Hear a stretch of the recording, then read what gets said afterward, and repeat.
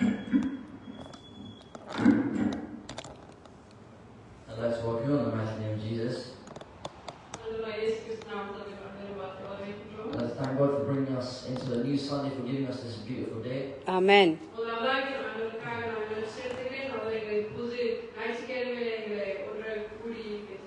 So before we get into the worship, I want to pray and then read a quick verse. Amen.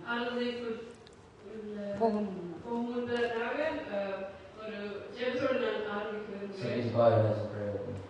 Heavenly Father, Lord, today I pray that you can be with us throughout the entirety of the service, Father. Lord, we pray for any hardships that we have brought, that we have gained throughout this week, any burdens we've had to carry, any luggage we've had to carry, Father. Lord, we just pray that you allow us to cast our burdens on you today, Father.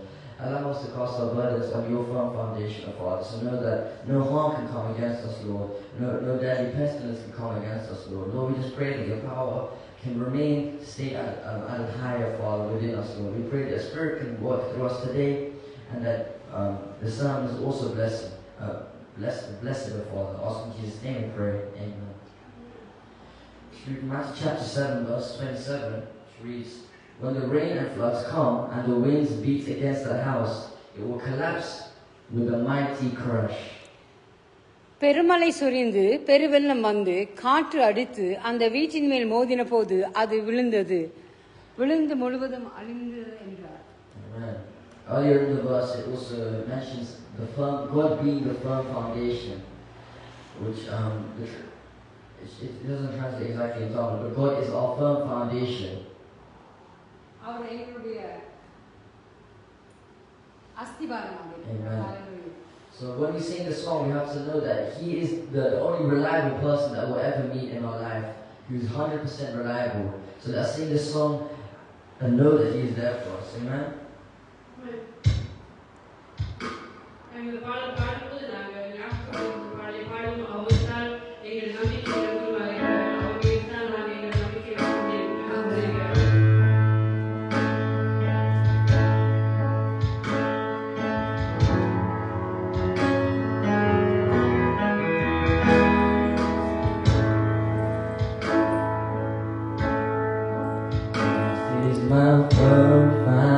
Foundation.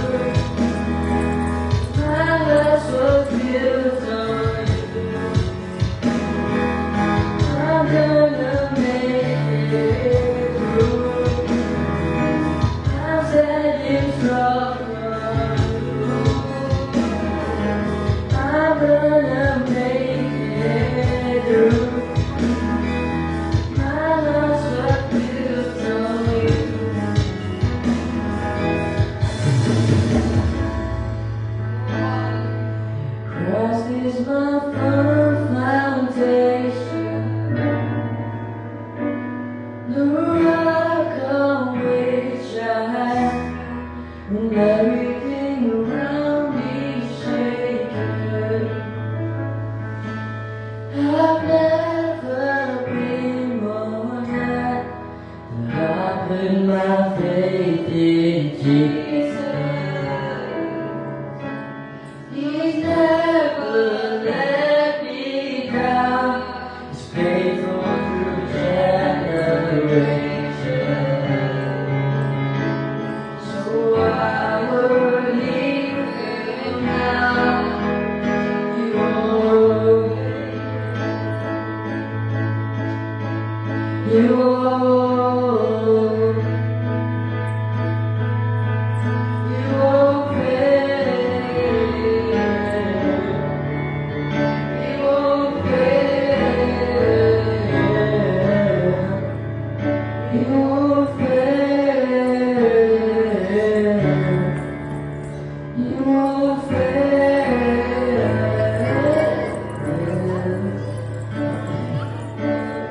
It's crazy. I just want to thank you for all that you've done in my life. Lord, we thank you for living this life. We thank you for living our one and true Father. Just glorify you. Praise you for all that you've done in our lives, Lord. It's crazy. Allow us to keep that same intensity of Father, Lord. We tend to say that we lose our fire, Lord, when it comes to Saturday, oh Father. Just pray that allow us to have this fire for as long as you need it to be, oh Father. Lord, we pray that you live within us, oh Father. That your power lives within us, oh Father. Lord, allow us to make space for you. Allow us to make room for you. Allow us to love you, oh Father. To really spend time with you. That 20 minutes, that half an hour in our day, Lord. Allow us to make that small difference. To make that change today itself, Father. The next song, when we talk about Jesus is the center of our lives, how he should be the center of our lives. How Jesus should be the center of our church.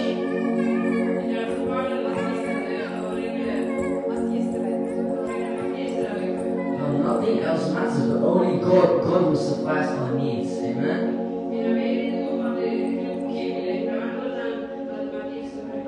Hallelujah.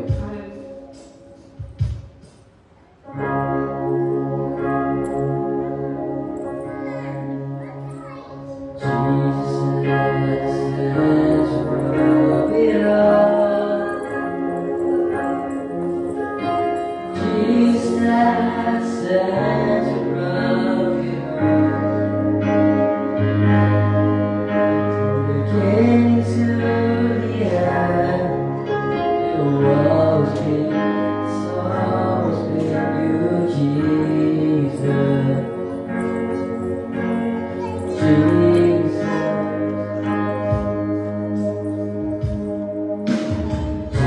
the center of it all.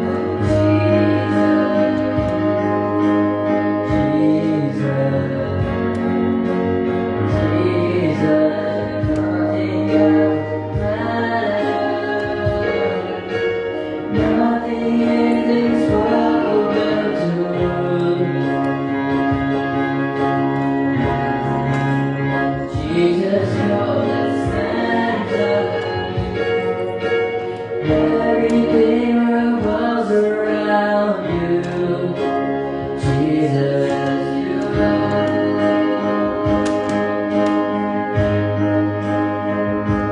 From my heart to the heavens, Jesus be the center. It's all about you. Yes, it's all about you. From my heart to the heavens, Jesus be the center. It's all about you. Yes, it's all about you. From my heart to the heavens, Jesus be the center. It's all about you. Yes, it's all about you. From my heart to the heavens, Jesus be the center. It's all about you. Yes, it's all about you. Be the center of your church. Jesus be the center of your church. And every knee will bow, and every tongue shall confess you, Jesus, Jesus. Jesus be the center of your church. Jesus be the center of your church. And every knee will bow, and every tongue shall confess to Jesus, Jesus, Jesus,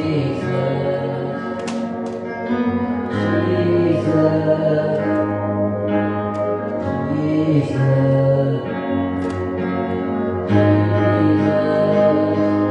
From my heart to the heavens, Jesus be the center. It's all about you. Yes, it's all about you. From my heart to the heavens, Jesus be the center. It's all about you. Yes, it's all about you. From my heart to the heavens, Jesus be the center.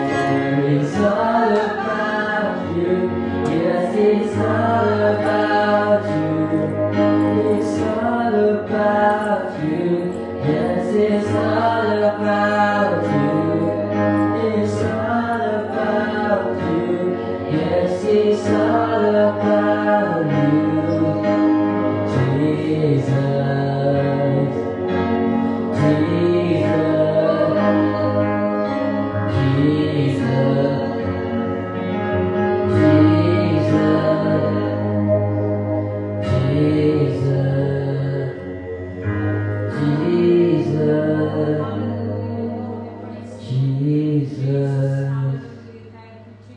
Jesus, Lord, we just give you all the thanks, Father, all the gratitude today, Lord. We just want to praise you and give you all the praise that you're due today, Father. Lord, we just pray that whatever, as I mentioned before, whatever hardship we went through this week, oh Father, allow us to cast our burden to you, oh Father, to split our pain in you, oh Father. Lord, we just thank you for dying on the cross, Lord. We thank you for cleansing all our sin, Lord. We thank you for all that you've done in our lives, Lord.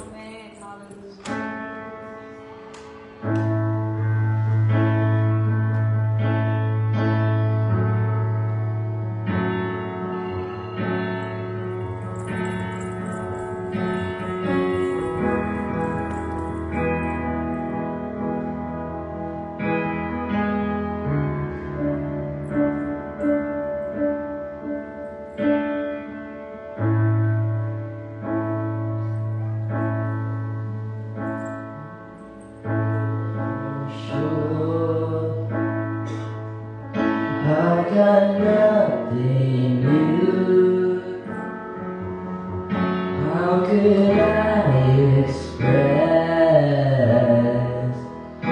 all my gratitude? I could sing these songs as I often do. Every song must end, and you never do. So I throw up my hands and praise you again and again. 'Cause all that I have is the hallelujah, hallelujah. No, it's not much, nothing else fit for a king, except for a heart singing hallelujah,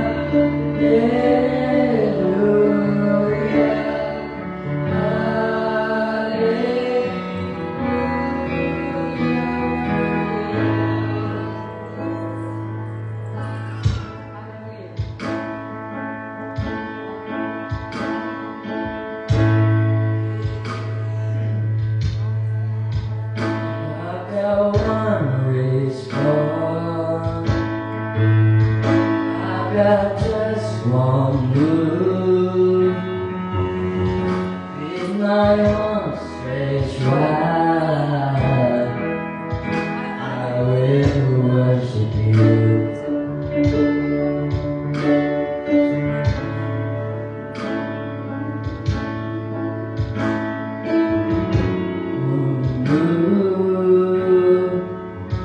With my arms stretched wide, I will worship you. So I throw my hands and praise you again and again. 'Cause all that I have is a hallelujah.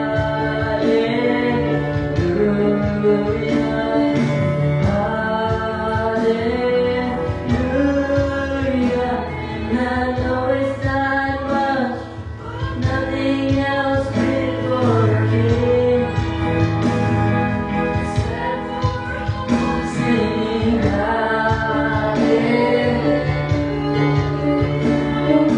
hallelujah.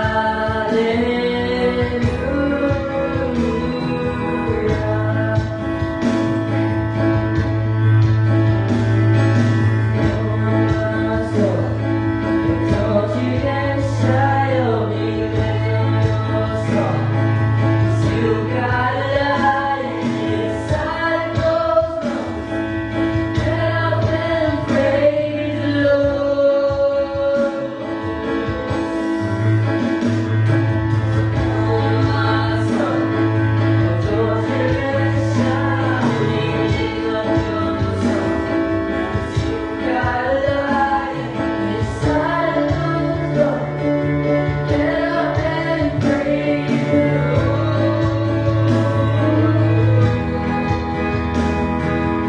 Oh my soul, don't you get shy on me, lift up your song, 'cause you got a lion inside of those lungs. Get up and praise the Lord. So I throw up my hands, praise you again and again. 'Cause all that I have is a hallelujah, hallelujah. And I know it's not much, nothing else fit for me, except for a heart singing hallelujah,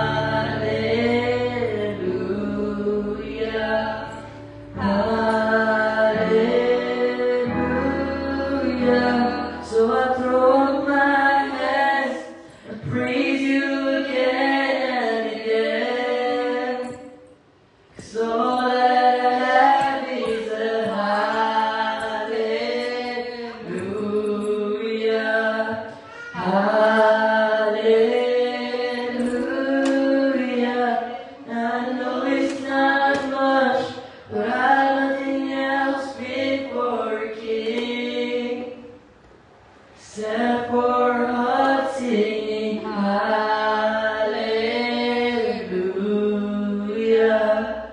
hallelujah.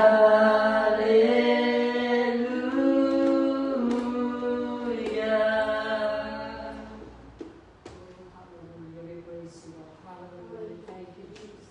Hallelujah, we throw our hands and praise you again and again. Just want to give you all the glory, Father, all the praise to you, Lord, to you, Lord. Hallelujah. We just thank you for all that you've done, Father. Hallelujah. Praise you, praise you, praise you. Hallelujah. Hallelujah, hallelujah. Oh, Rabakaka, Shandura, praise, hallelujah, praise you, praise you. We lift up our voice on high and praise you. Hallelujah, praise you. Thank you, Jesus. I praise you. Hallelujah, hallelujah, hallelujah. Oh, praise you, Lord. Hallelujah, hallelujah.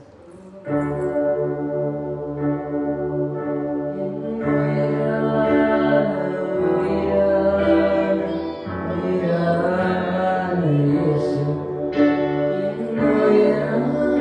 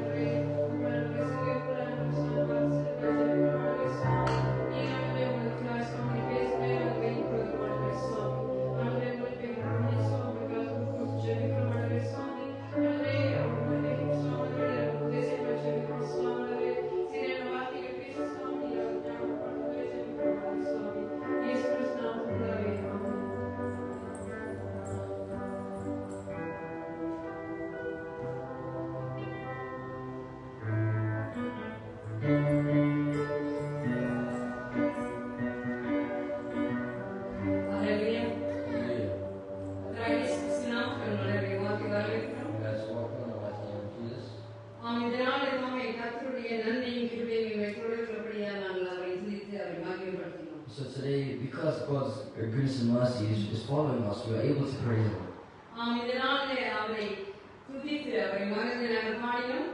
And so today we glorified Him and glorified His name, praise Him.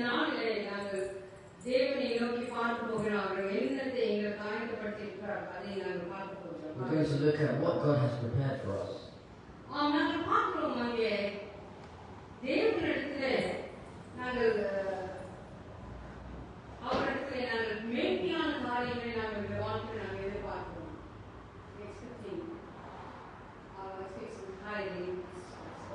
Our expectations are quite high of what we expect. What we expect from the Lord is really, really high.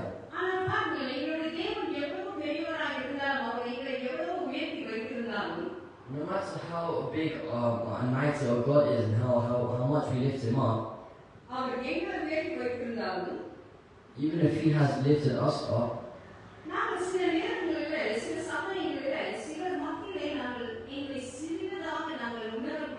in some situations we tend to put ourselves down.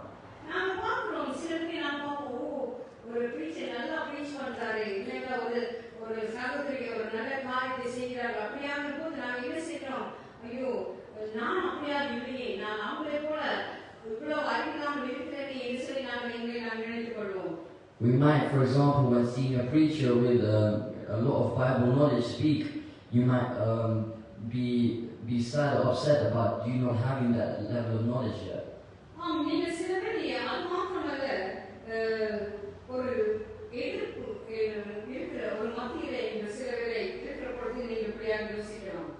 And maybe when you're in a situation or a climate of opposition, you might feel this way.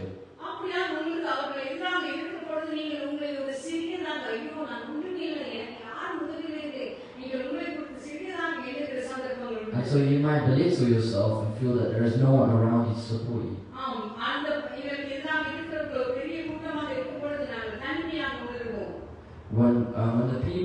When you feel that there is a group or opposition against you, you feel alone and isolated.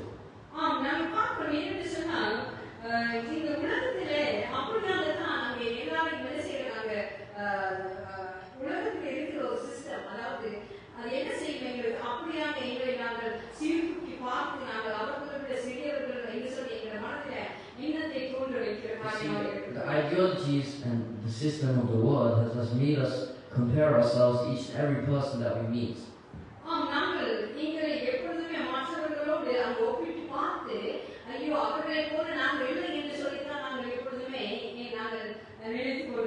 So we might feel that we are not like this person that we're comparing ourselves to. Let's turn our Bibles to Mark chapter 5.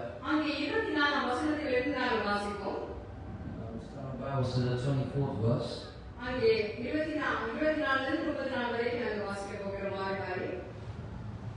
chapter 5, verse 24 to 34.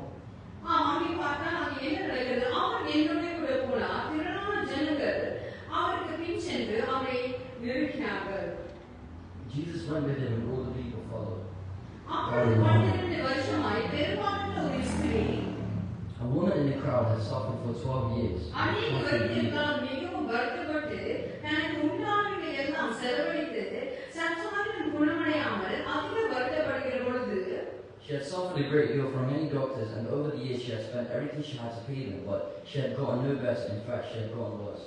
இயேசுவை குறித்து கேள்விப்பட்டு நான் அவருடைய வஸ்திரங்கள் யாவிலும் தொட்டால் சுஸ்தமாவேன் என்று சொல்லி, she had heard about Jesus, so she came behind him through the crowd and touched his robe.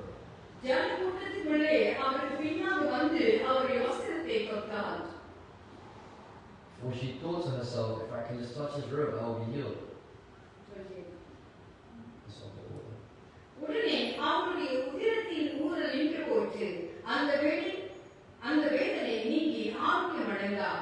அவள் தன் சரீரத்தில் உணர்ந்தார். Immediately the bleeding stopped and she could feel in her body that she had been healed of her terrible condition. உடனே இயேசு தம்மிலிருந்து வல்லமை புறப்பட்டதை தமக்குள் அறிந்து ஜனக்கூட்டத்துக்குள்ளே திரும்பி என் வஸ்திரங்களை தொட்டது யார் என்று கேட்டார். Jesus realized at once that healing power had gone out from him, so he turned around the crowd and asked, "Who touched my robe?" அவருடைய சீஷர்கள் அவரை நோக்கி, திரளான ஜனங்கள் உம்மை நெருக்கிக் கொண்டிருக்கிறதை நீர் கண்டும் என்னை தொட்டது யார் என்று கேட்கிறீரே என்றார்கள். His disciples said to him, "Look at the crowd pressing around you. How can you ask who touched me?" இதை செய்தவரை காண்பதற்கு அவர் சுற்றிலும் பார்த்தார். But he kept on looking around to see who had done it. தன்னிடத்திலே சம்பவித்ததை அறிந்த அந்த ஸ்திரீயானவள் பயந்து நடுங்கி அவர் முன்பாக வந்து விழுந்து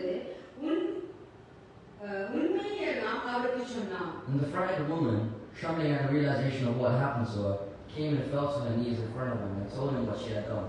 அவர் அவளை பார்த்து, மகளே, உன் விசுவாசம் உன்னை ரட்சித்தது. நீ சமாதானத்தோடே போய் உன் வேதனை நீங்கி சுகமாயிரு என்று சொன்னார் என்று சொல்லி நாம் பார்க்கிறோம். And he said to her, "Daughter, your faith has made you well. Go in peace. Your suffering is over."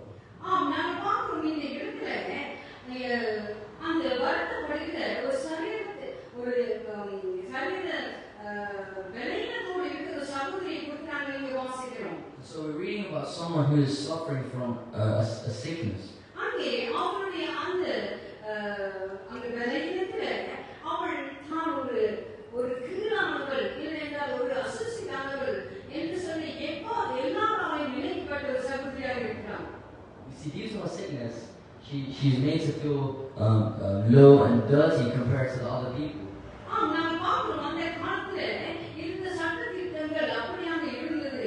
என்று சொன்னால் அப்படியான ஒரு ஸ்திரீ அங்கே ஆலயங்களுக்கோ இல்ல ஜனங்கள் கூடுகிறதுக்கோ அங்கே வர தடைப்பட்டிருக்கிறதை நாங்கள் பார்க்கிறோம். This was because of religious laws and also how the system even then was also reclusive. அங்கே ஜனங்கள் அவளை அங்கு ஒரு சமூகத்துக்கு அங்கே சேருவதற்கு அவளை விடுவதில்லை. அவங்க அப்படியான கூட்டத்தில் அங்கே சேர முடியாது. And so she's not allowed, or she's forbidden from joining or worship practices with other people. So இப்படிதான் ஒரு விளையினத்தை கொண்ட அந்த ஸ்திரீ என்ன செய்தால், அங்கே தேவனிடத்தில் அவரை நாங்கள் தொட்டால் அங்கே சுகம் கிடைக்கும் விசுவாசத்தை அங்கே அவரை யாருக்கும் தெரியாமல் தொடுகிறதை நாங்கள் இப்பொழுது வாசிக்கிறோம். But she had the faith and that if she touched Jesus, that she would be healed. And so she touched him in secrecy. இதை நாங்கள் வாசிக்கிற பொழுது அதை கேட்கவே நன்றாக இருக்கிறது. So when we read this, it warms the heart. ஆனால் பார்க்கிறோம் இந்த இயேசுவுடைய இந்த சரித்திரத்தை அங்கே என்ன ஒரு அதாவது ஒரு நாடகமாக அதை ஒரு படமாக்கி இருக்கிறார். ஜோசன் என்று சொல்லுகிற ஒரு காரியத்தை அங்கே இயேசுடைய சரித்திரத்தை அங்கே எழுதியிருக்காங்க. So they made Jesus' life as well as the disciples' path into a show called The Chosen. இதை நீங்கள் நெட்ஃபிளிக்ஸ்ல பார்க்கலாம். அமேசான் எல்லாத்தையும் நீங்க இந்த இருக்கிறதை நீங்க பார்க்கலாம். அது இந்த காரியத்தை தத்ரூபமாக அழகாக அங்கே படமாக்கி இருக்கிறார்கள். நீங்கள் முடிந்தால் அதை பார்த்து இயேசு சரித்திரத்தை இன்னும் அறிந்து கொள்ளலாம். And so this show it's a beautiful way to get into knowing what exactly happened without reading the gospel, each and every one of the gospels, and they've depicted it well. நாம் பார்க்கிறோம் அந்த சகோதரி என்ன செய்தார், அவங்க இயேசுவை அங்கே அவருடைய வஸ்திரத்தை நோக்கி அவள் தொடுகிறார். She touches Jesus' robe. அங்கே தொடுகிற பொழுது அங்கே இயேசுவிடத்திலே இந்த வல்லமை வெளிப்பட்டு அவளுக்கு அங்கே சுகம் கிடைக்கிறது. And then Jesus' healing power then went out to her and healed her instantly. என்ன ஆச்சரியமான ஒரு காரியம். And what a miraculous thing. நாம் பார்க்கிறோம், அது மாத்திரமல்ல, அவள் அங்கே யாரும் அறியாமல் இருந்தால் தான் ஒரு அசுசியுள்ள ஸ்திரீ என்று தன்னை தாண்டி அங்கே எண்ணினபடியால் அவள் அங்கே ரகசியமாக அவருடைய ஆடையை தொட்டதை நாம் பார்க்கிறோம். And so because of her bad reputation, she decided to do it without anyone knowing.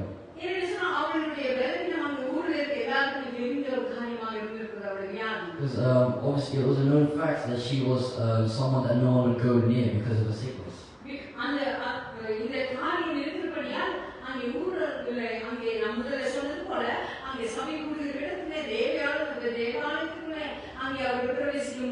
She was forbidden entry at any regular worship practices.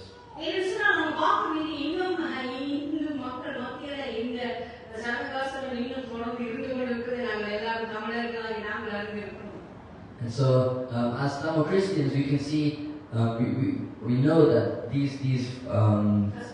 customs of regulating entry of people is still existing today.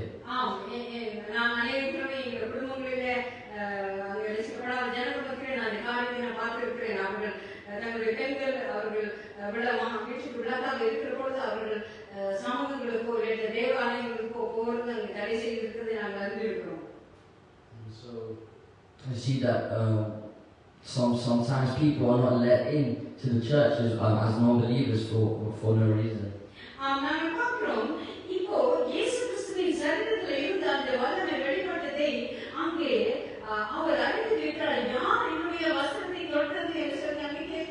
So Jesus asked, "Who touched my robe?" The disciples said to him, the disciples were confused and they said,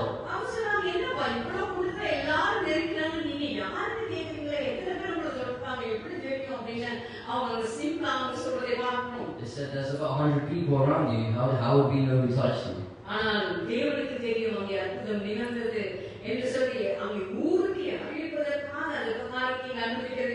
Jesus knew that God knew that a miracle had happened just then.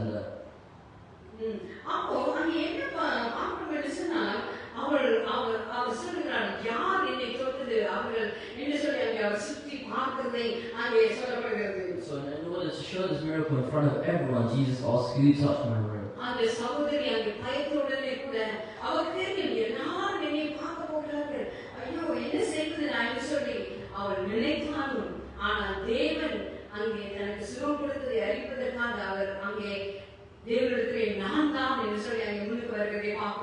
then while Jesus was looking around and all the people were looking around for who had touched his robe, the woman then came out and said that it was her.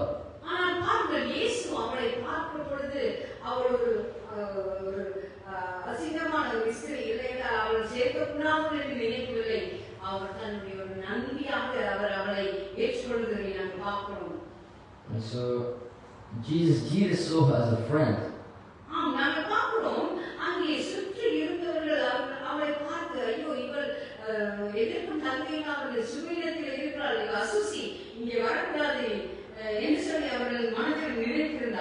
And so the people around her treated her as a dirty person. But Jesus didn't think like that.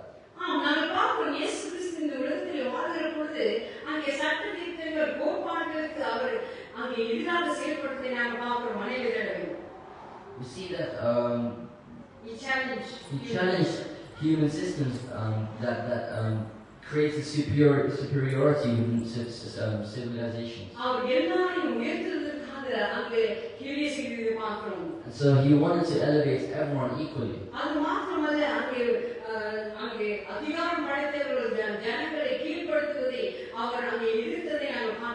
so that he he challenged these systems that elevated some people over others. ஆம் நாங்கள் பார்க்கிறோம் இயேசு கிறிஸ்து அந்த சகோதரியை அவர் அந்த ஒரு அற்புதம் அவர் ஒரு ஆசீர்வாதமான ஒரு என்று சொல்லி அங்கே ஜனங்களுக்கு நிரூபிப்பதை நாங்கள் பார்க்கக்கூடியதாக இருக்கிறது. So Jesus loved her as though she is as if she was a miraculous creation of God. ஆம் நாங்கள் அப்படிதான் சில வேளை பார்க்கிறோம் உலகத்திலே அநேக ஹைரார்கீஸ் இருக்கிறது. அதாவது ஒவ்வொரு தட்டு அடிப்படையில் இருக்கிறதை நாங்கள் பார்க்கிறோம் ஒவ்வொரு சிஸ்டத்திலே. You see, in the world there are lots and lots of hierarchies. அங்கே பார்த்தால் உயர்ந்தவன் தாழ்ந்தவன் என்று சொல்லி ஜனத்துக்குள்ளேயே அநேக அங்கே பிரிவினைகள் இருக்கிறதை நாங்கள் பார்க்கிறோம். It is a known fact that some people have more power than others. அங்கே நாங்கள் பார்க்க சொன்னால் இப்போ எங்கள் இலங்கை தேசத்திலேயே அங்கே ஒரு சிஸ்டம் அதாவது ஒரு சிஸ்டம் வச்சுருக்காங்க ஜாதி என்று சொல்லி ஒரு சிஸ்டத்தை அங்கே வைத்திருக்காங்க. In Sri Lanka or in South Asia they have this caste system. அது ஆங்கிலேயர் மத்தியிலே அது வேறு வித்தியாசமான முறையில் இருந்தாலும் தமிழர் மத்தியிலே அது கூடுதலாக இருக்கிறதை நாங்கள் பார்க்கக்கூடியதாக இருக்கிறது. Even though it existed in another form in England, it was more harsh in Sri Lanka. அங்கே உயர்ந்த ஜாதி என்று சொன்னால் அவன் செய்கிற தொழிலை கேட்டு அவனை பிரித்து வைத்து இவன் எங்களை வீட்டுக்கு வரக்கூடாது அவன் எங்களை வீட்டுக்கு வரக்கூடாது என்று அநேக அங்கே ஹைரார்கி சிஸ்டம்ஸ் அங்கே இளைஞர்கள் இருப்பதை நாங்கள் எல்லாம் அறிந்தவர்களாக இருக்கிறோம். So based on where they work or what they did as for work, they were given a place of power in life. அங்கே பார்க்கணும் மொழி பெற்றவர்கள் சொன்னால் அவன் வந்து நல்ல ஜாதி கிடையாது அவங்க கீழ் ஜாதி. A barber would be a low caste. அது மாத்திரமல்ல அங்கே ஆண்டவருக்கு ஊழியம் செய்கிறவர்கள் அங்கே ஆசாரியர்கள் அன்று சொல்லப்படுகிற ஐயர்மார் அவர்கள் உயர்ந்த ஜாதியாக கருதப்படுகிறார்கள். And so the teachers, priests or monks would be seen as the top or higher caste.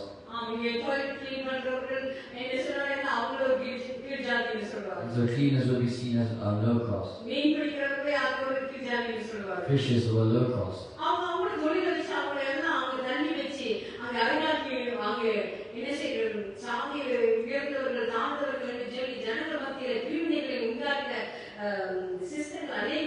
And so every person was categorized just by what they did for work.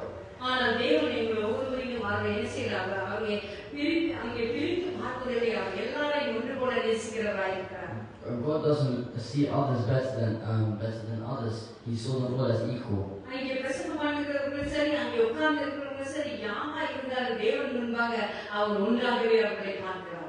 Even he saw the preacher the same as the children and all the people sitting in the crowd.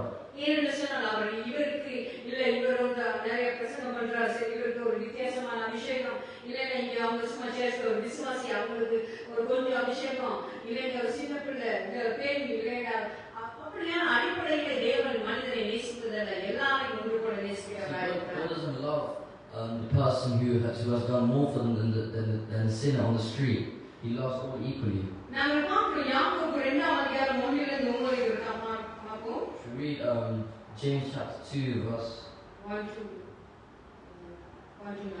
9. James chapter 2 verses 1 to 9. என் சகோதரரே மகத்துவமுள்ள நம்முடைய கர்த்தராகிய இயேசு கிறிஸ்துவின் மேலுள்ள விசுவாசத்தை பட்சபாதத்தோடு பற்றிக்கொள்ளாதிருப்பீர்களாக. My dear brothers and sisters, how can you claim to have faith in our glorious Lord Jesus Christ if you favor some people over others?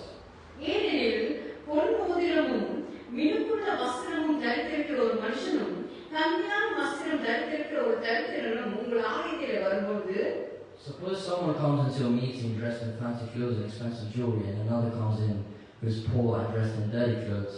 மினுக்குள்ள வஸ்திரம் தரித்திரனை கண்ணோக்கி நீர் இந்த நல்ல இடத்தில் உட்காரும் என்றும் கர்த்தரை பார்த்து நீ அங்கே நின்று அல்லது இங்கே என் பாத எண்ணெய்களை உட்காரு என்றும் நீங்கள் சொன்னால், if you give special attention and you go to see to the rich person, but you say to the poor one, you can stand over there or else sit on the floor. உங்களுக்குள்ளே ஓரங்க பண்ணி தகாத சிந்தைகளோடு நிதானத்திற்காக இருப்பீர்கள் அல்லவா? Well, doesn't this discrimination show that your judgments are guided by evil motives? என் பிரியமான சகோதரரே கேளுங்கள், தேவன் இவ்வுலகத்தின் தரித்திரத்தை விசுவாசத்தில் ஆசீர்வாதங்களாகவும் தம்மிடத்தில் அன்பு கூறுகிறவர்களுக்கு தாம் வாக்குத்தத்தம் ராஜ்யத்தை சுதந்திரிக்கிறவர்களாகவும் தெரிந்து கொள்ளவில்லையா? Listen to me, dear brothers and sisters. Hasn't God chosen the poor in this world to be rich in faith? Aren't they the ones who will inherit the kingdom He promised to those who love Him? நீங்களோ தரித்திரத்தை கனவில் பண்ணுகிறீர்கள். ஐஸ்வர்யவான்கள் அல்லவா உங்களை ஒடுக்குகிறார்கள். அவர்கள் அல்லவோ உங்களை நியாயஸ்தானங்களுக்கு முன்பாக இருக்கிறார்கள். Well, you dishonor the poor. Isn't it the rich who oppress you and drag you into court? உங்களுக்கு தரிக்கப்பட்ட நல்ல நாமத்தை அவர்கள் அல்லவோ தூஷிக்கிறார்கள். Aren't they the ones who stand for Jesus Christ, whose noble name you bear? உன்னிடத்தில் நீ அன்பு கூறுகிறது போல பிறரிடத்திலும் அன்பு கூறுவாயாக என்று வேதவாக்கியம் சொல்லுகிற ராஜரீக பிரமாணத்தை நீங்கள் நிறைவேற்றினால் நன்மை செய்வீர்கள். Yes, indeed, it is good when you obey the royal law as found in the scriptures. Love your neighbor as yourself. பட்சபாதம் உள்ளவர்களாய் இருக்கிறீர்களானால் பாவம் செய்து மீறினவர்கள் என்று நியாயப்பிரமாணத்தினால் தீர்க்கப்படுவீர்கள். But if you favor some people over others, you are committing a sin. You are guilty of breaking the law. நாங்கள் பார்க்கிறோம் எப்படி நாங்கள் கிறிஸ்தவர்களாக நாங்கள் கூட சில நேரங்களில் சபைக்குள்ளாக வருகிற பொழுது இவங்க நல்ல ட்ரெஸ் கொடுத்தாங்க அப்ப நாங்கள் இவங்க வாக்குற சரி இவங்களை இங்கே இருக்கோம் அவர்கள் நல்லா ட்ரெஸ் பண்ணல அவங்களை நாங்கள் கணக்கெடுக்கோம் இக்னோர் பண்ணுவோம் சொல்லி கூட சில சபைகளிலே அங்கே நடைபெறுகிற காரியங்களை தான் நீங்க அங்கே அறிவிக்கிறதை அங்கே வாசிக்கிறோம். And so we see, and if we look at this in today's lens, there are people come dressed better than others, and they may be treated differently in church.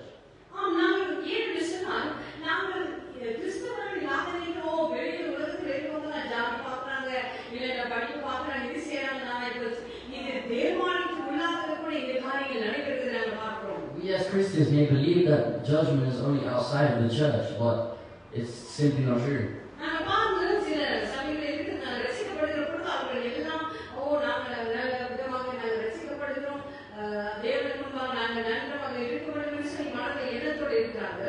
And so if someone is being baptized or saved, then they have good intentions.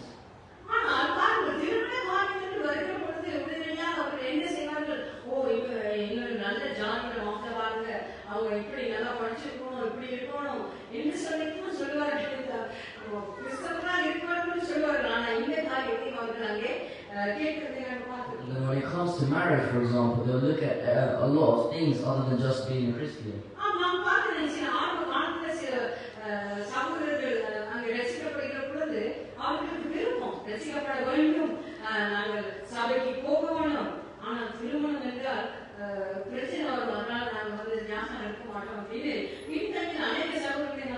So I've seen a lot of people who have shied away from baptism because of the fear of losing options for marriage.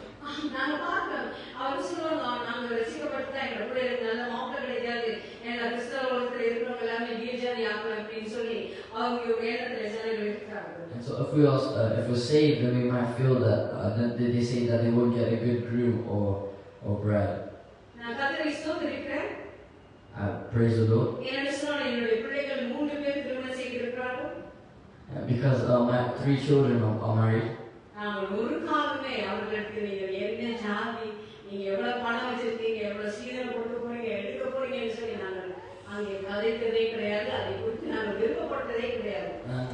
I can probably say that I've never asked about cost or dowry in general. Because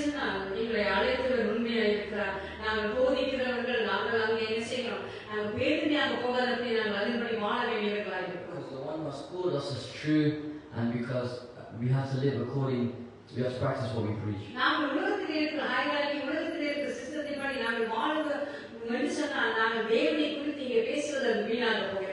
If we live according to the world's hierarchy, then there's no point in being a Christian.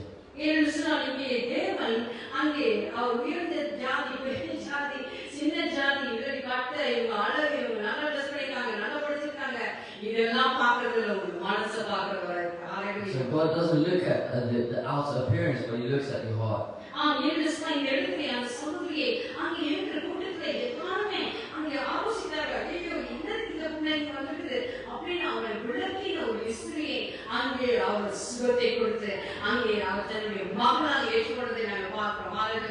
And so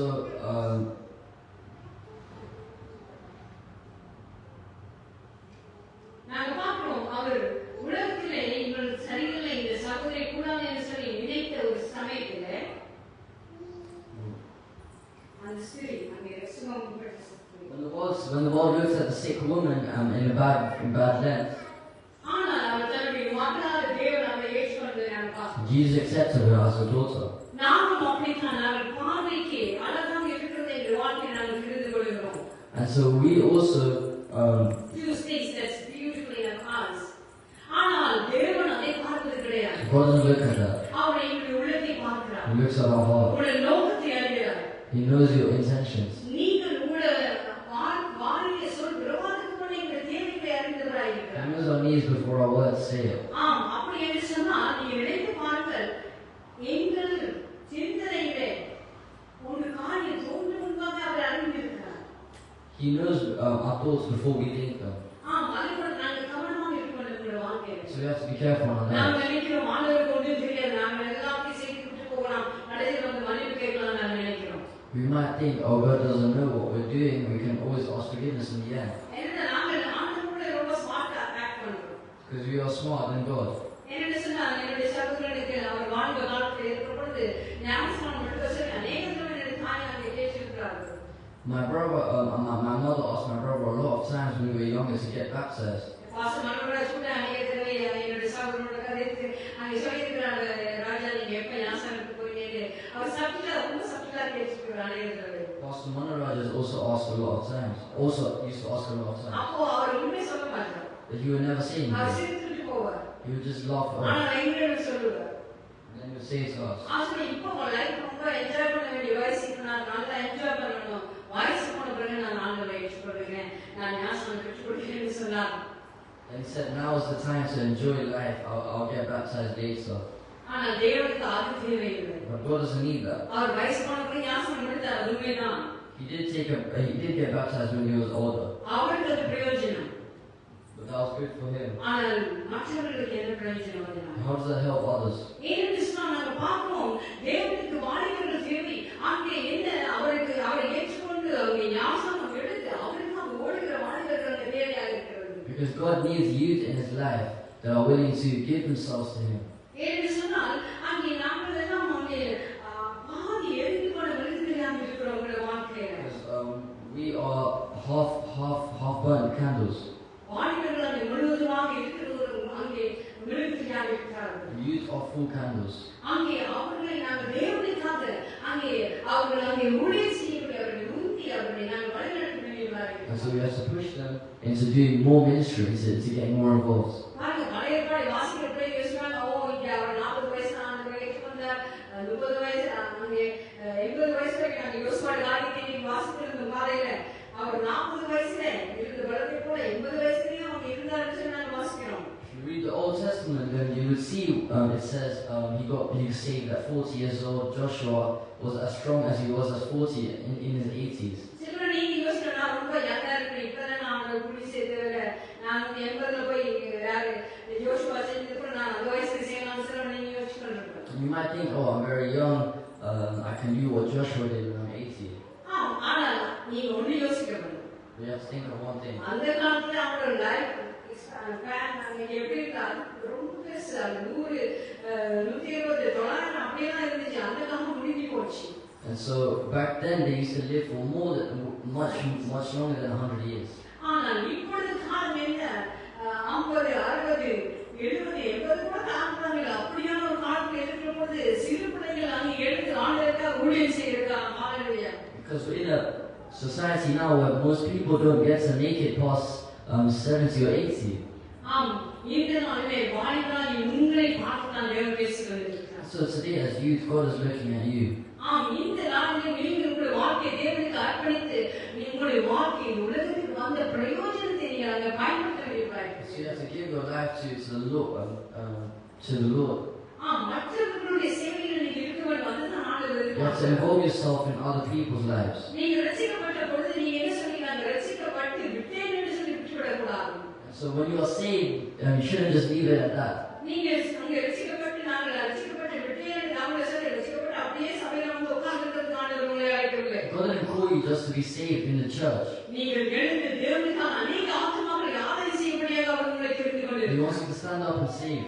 ஆம், இந்த இடத்துல நாங்கள் பார்க்கிறோம், நாங்கள் மறுபடியும் அந்த வாழ்க்கைக்கு போகும் என்று சொன்னால் அங்கே அந்த இஸ்ரேல் அவர்களிடத்தில் வந்த பொழுது அவளை மகளாக ஏற்றுக்கொண்டு மகளே நீ பயப்படாதே என்று சொல்லி அவரை ஏற்றுக்கிறதை நாங்கள் பார்க்கிறோம். So when that woman came out to Jesus and he said, my daughter, you're free to go. இவ்வளவு அருமையான யாரையுமே வெறுக்காத தேவன் மேலே நாங்கள் அன்பு செலுத்த கர்த்தர் எங்களுக்கு கிருபை செய்திருக்கிறார். So God has given us the grace to love this God who loves all. நான் எங்களை அங்கே ஆண்ட தெய்வம் அவர் எங்களை அதிகாரத்தோடு இதை நீ செய் இல்லை என்று சொன்னால் ஒரு ரூல்ஸை வச்சு இப்படிதான் நீ பண்ணு எப்படின்னு சொல்லி உங்களை அதிகாரம் பண்ணுகிற தெய்வம் அல்ல. God he doesn't use his power or his might to control us.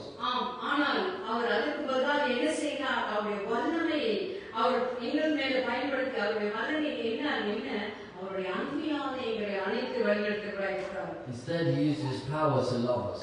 நான் பார்க்கிறோம் இயேசு அங்கே அவர் இயேசுவாக அவர் கொடுத்த அருள்களை குறித்து அவரை அதை என்ன செய்கிறார்? அதை நீரை வழங்கவில்லை. அவர் கொடுத்த எல்லா வல்லமையும் அவர் என்ன செய்தார்? அங்கே எங்களுடைய நன்மைக்காக பயன்படுத்துவதை நாங்கள் பார்க்கிறோம். So Jesus does not use his image or his power for his own advantage, but he uses it to come to our level.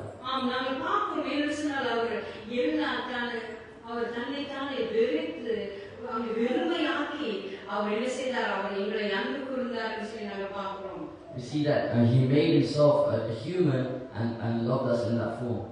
நாங்கள் இன்னொரு வசனத்தை வாசித்து நாங்கள் முடிக்க போகிறோம். We read one more verse and verse. யாக்கோபு 2ஆம் அதிகாரம் 12-13 நாங்கள் வாசிப்போம். James chapter 2 verse 12 and 13. சுயாதீன பிரமாணத்தினால் நியாயத்தின்படி போகிறவர்களாய் அதற்கேற்றபடி பேசி அதற்கேற்றபடி செய்யுங்கள். So whatever you say or whatever you do, remember that you will be judged by the law that sets you free. ஏனென்றால் ரத்தம் செய்யாதவனுக்கு ரத்தமில்லாத நியாயத்தீர்ப்பு கிடைக்கும். நியாயத்தீர்ப்புக்கு முன்பாக ரத்தம் மேன்மை பெறும். There will be no mercy for those who are not showing mercy to others. But if you have been merciful, God will be merciful when he judges you. நீங்கள் அங்கே கருணை உள்ளவர்களாக நீங்கள் இருக்க வேண்டும். You need to be merciful. ஏனென்று சொன்னால் அவர் கொள்ளையான பொருளாக எண்ணங்களை தனக்கு கிடைத்த வல்லமைகளை மகிமையை.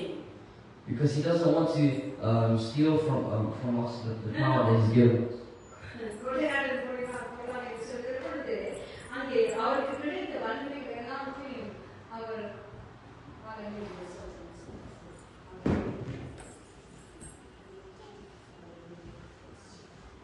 ஹalleluya ஆண்டவரே ஸ்தோத்திரிக்கிறேன். நன்றி கூறுகிறோம்ப்பா. அவர் எங்களுக்கு அவர் கொள்ளையாடின பொருளால் எண்ணாதபடிக்கு அவர் தன்னை தாமே வெறுத்து அங்கே என்ன செய்கிறார்? அவர் தன்னை மட்டும் வெறுத்து இந்த உலகத்தில் எங்களுக்காக வந்ததை நாங்கள் பார்க்கிறோம்.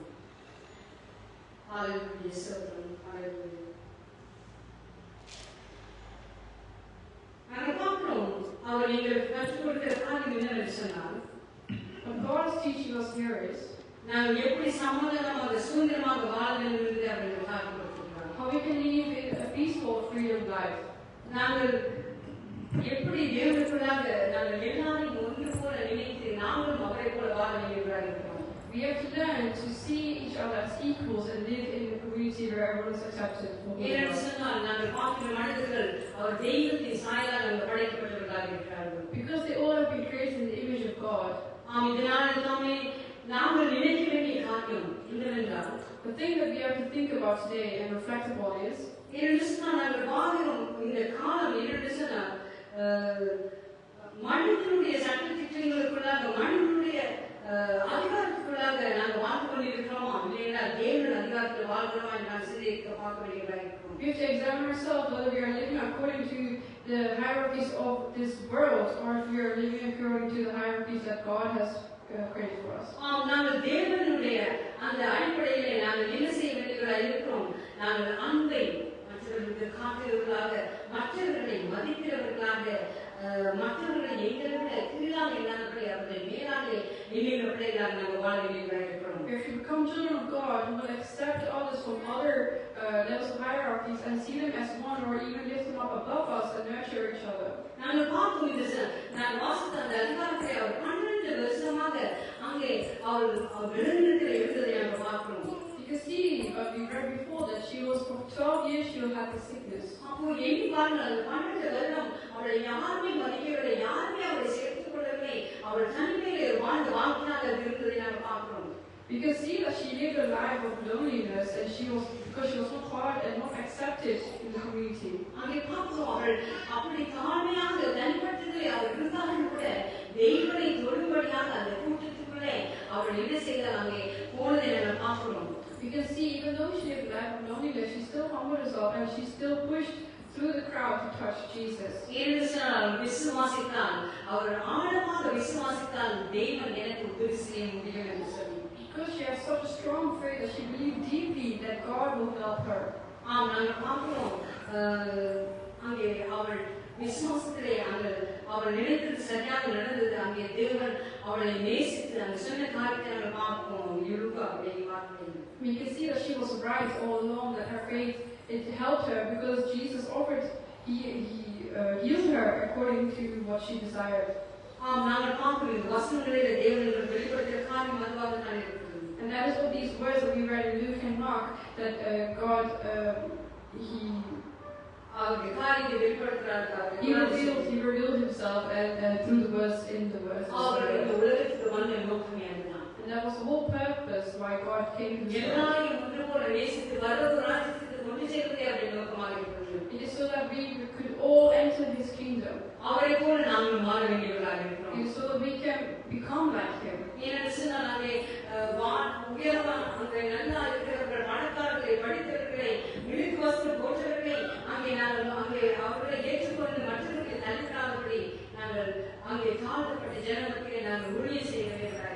Because it says that we should not just because of the person wearing good gold and jewelry and are well clothed, that we should only help them out and leave the poor aside.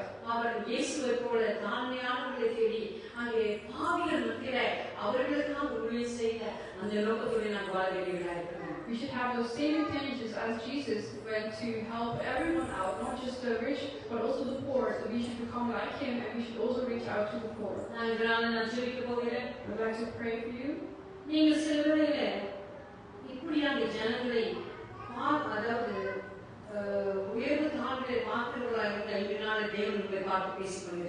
If you are a person who looks at the high and the low people, then God is speaking to you today.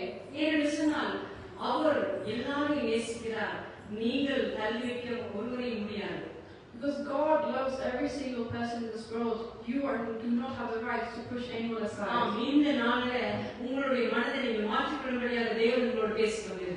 God is talking to you, so your heart will be transformed.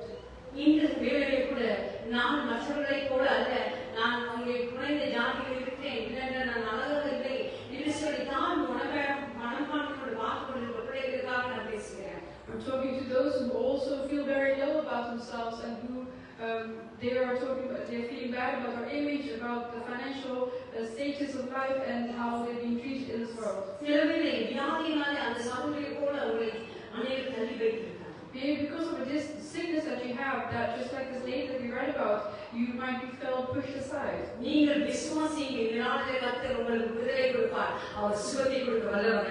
God says that if you believe, He will bring you the healing that you require.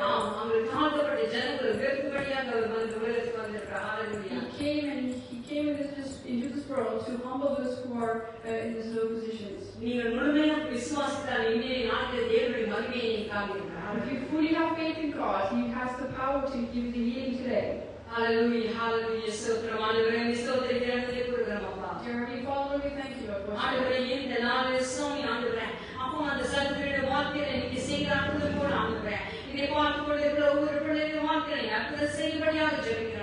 Lord, we ask you, Father, for those who are watching today, Lord, that just like the lady who got healed, that they will receive the healing they require, Lord. I'm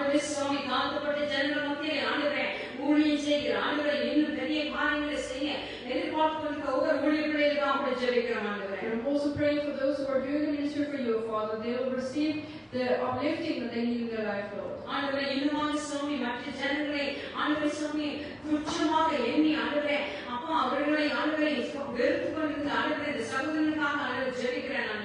also praying for the brothers of Father who have been pushing other people aside, of Father. ஆண்டவரே நீதாமே அவர்களுடைய ஆண்டவரே mind செட்களை அவர்களுடைய சிந்தனைகளை மாற்றி வைக்கும்படியாக ஜெபிக்கிறேன். Lord, may you change the mindsets that they might be having, Lord. இந்த நாளுக்கான சுவாமி ஆண்டவரே அப்பா உண்மை போலதான் ஆண்டவரே அப்பா நல்ல சிந்தனைகளை பிள்ளைகளாக ஆண்டவரே இந்த சபையில் இருக்கிற இதை பார்த்து கொண்டிருக்கிற ஒவ்வொரு பிள்ளைகளையும் மாற்றி வைக்கும்படியாக ஜெபிக்கிறேன். Lord, I pray, Father, you will change the mindsets of every child that is watching today, Lord. நீதாமே அதை செய்யப்படுவதற்காக நன்றி செலுத்துகிறோம். Lord, we thank you that you are going to do this for us, Lord. எல்லாவற்றையும் காட்டுகிறோம். And I put everything into your hands, Lord. எல்லாவற்றையும் கர்த்தராகிய இயேசு கிறிஸ்துவின் இனிய நாமத்தில் ஜெபிக்கிறேன். And I ask this all in the name of Jesus. Amen. Amen. ஆண்டவரே சேர்ந்து சொல்லுவோம். என் ஆத்மாவே கர்த்தரை ஸ்தோத்திரி, என் முழுமையான பரிசுத்த நாமத்தை ஸ்தோத்திரி, என் ஆத்மாவே கர்த்தரை ஸ்தோத்திரி. கர்த்தர் செய்த சகல உபகாரங்களையும் நினைவு. ஆமென். கர்த்தராகிய இயேசு கிறிஸ்துவின் கிருபை, பிதாவாகிய தேவனுடைய அன்பும் பரிசுத்த ஆவியானவருடைய ஐக்கியமும் நம் அனைவருக்கும் இருக்கிறது. கர்த்தர் உங்களை ஆசீர்வதிப்பாராக. May God bless each and every one of you. இந்த நாளில் நீ எங்களோடு கலந்து கொண்டிருக்க எங்களுக்கு மிக்க மகிழ்ச்சி. You are happy that you joined us today, today's service. மறந்து போக வேண்டாம். Don't forget, தேவன் ஒருவரையும் ஒருபோதுமே புறமே தள்ளவில்லை. our Lord God will never push anyone away from Him. அவர் உங்களையும் அவர் மிகவும் அன்பாக நேசிக்கிறார். மகன் என்று அவர் ஏற்றுக்கொள்ள மகன் என்று ஏற்றுக்கொள்ள காத்திருக்கிறார். He's waiting to accept you as His daughter and His sons. ஆனால் நீங்கள் மனம் திரும்ப வேண்டியது இன்றுதான். But today is the day that you have to make change to your life. இந்த வேளையில் ஜாதி பெருமை, படிப்பு பெருமை, பண பெருமையோட நீங்க பார்த்து கொண்டு இருக்கீங்கன்னு சொன்னா நீங்களும் மாற வேண்டிய நாள் இது.